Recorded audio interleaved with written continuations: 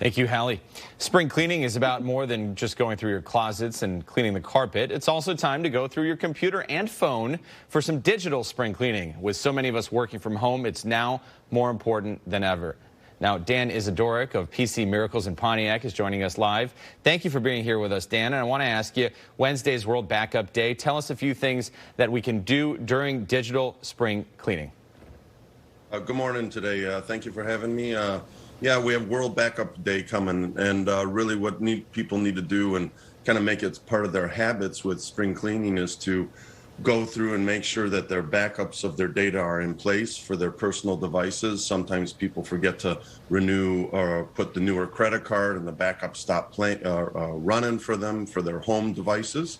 And then also with businesses, you really want to make sure that you have all your backups running for your business continuity disaster plan. And Dan, what are some of the common mistakes that people are making when they're backing up their files? Very commonly, there's inconsistent backups. So the backups aren't running on a normal basis. They should be running at least every day. They're depending maybe on a device at home to back up their data instead of a cloud. Because that's a vulnerability, because that device at home can fail also. And as far as cleaning up the files and even cleaning the hardware, what advice do you have for people on that? Yeah, so a lot of people tend to keep a lot of apps on their phones or on their computers, and I highly recommend that you go through, clean out the old ones. When devices get very close to being full, they don't run as well. So lots of people will complain about their cell phones not running well. If they clean up the apps and get rid of the ones they're not using, that's best. And then we have more tips that you'll see on our website. We all know about the dangers of cyber hacking and cyber attacks. If you've been impacted by that somehow, what do you tell people? What advice do you give them?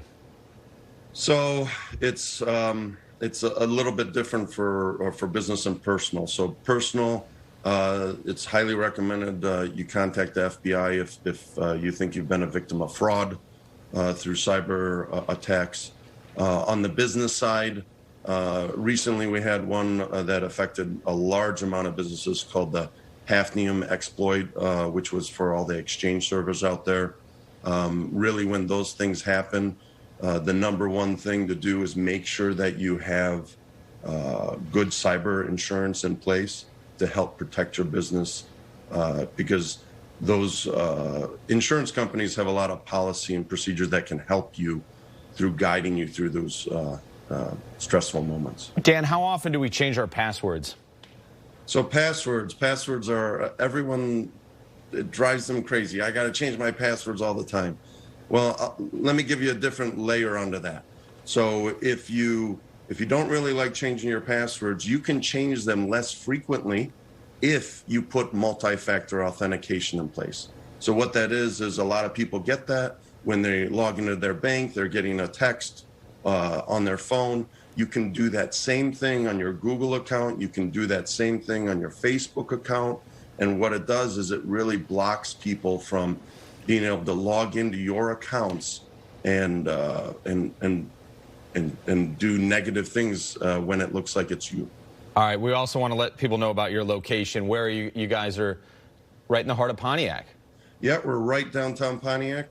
We've been there for about 4 years, and PC Miracles, we've been in business for 26 years. 53 North Saginaw Street. We'll find you there. Thank you for being here with us, and we will be